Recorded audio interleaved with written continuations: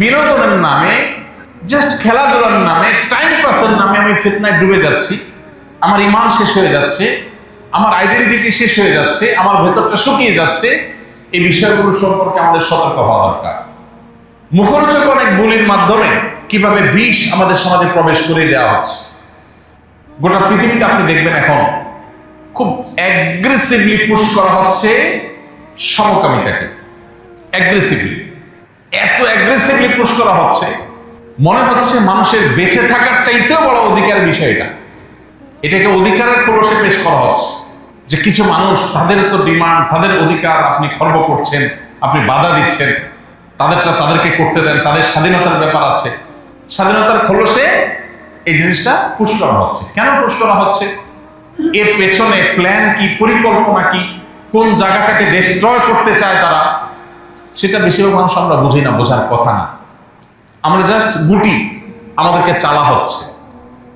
এরকম অনেক বিষয় আছে যে বিষয়গুলো সমাজে ব্যাপকভাবে ছেয়ে গেছে, কিন্তু সেগুলোকে ফিতনা হিসেবে আমরা জানি না। এগুলোর সঙ্গে জানা হলো সবচেয়ে জরুরি বিষয়। এই জন্য ফিতনা সম্পর্কে আমরা আজকে হয়তো মৌলিক কিছু কথা বলার চেষ্টা করলাম, কিন্তু ফিতনাকে ধরে ধরে আরো ডিটেইল আলোচনায় আমরা যদি আলোচনা করতে পারি, ইনশাআল্লাহ সেটা পরিষ্কার হবে।